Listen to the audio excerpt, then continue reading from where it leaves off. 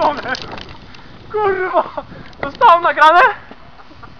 Tak. Ja, zostało! Ja pierdolę! Na YouTube zajebiste będzie.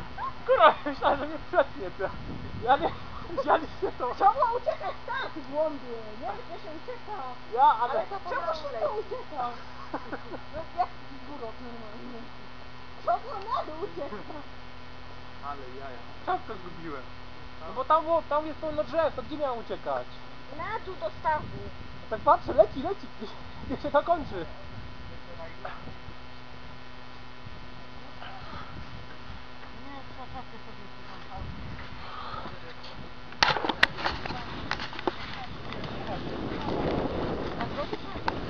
Tak nie wsiadły 4 łyżeczki. Wow, moją czapkę idę poszukać, kurna. Ale burdel. W kapturze?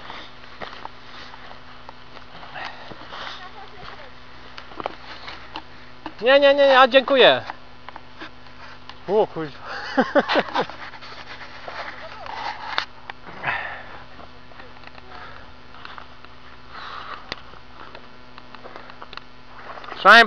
Przynajmniej płot uratowany.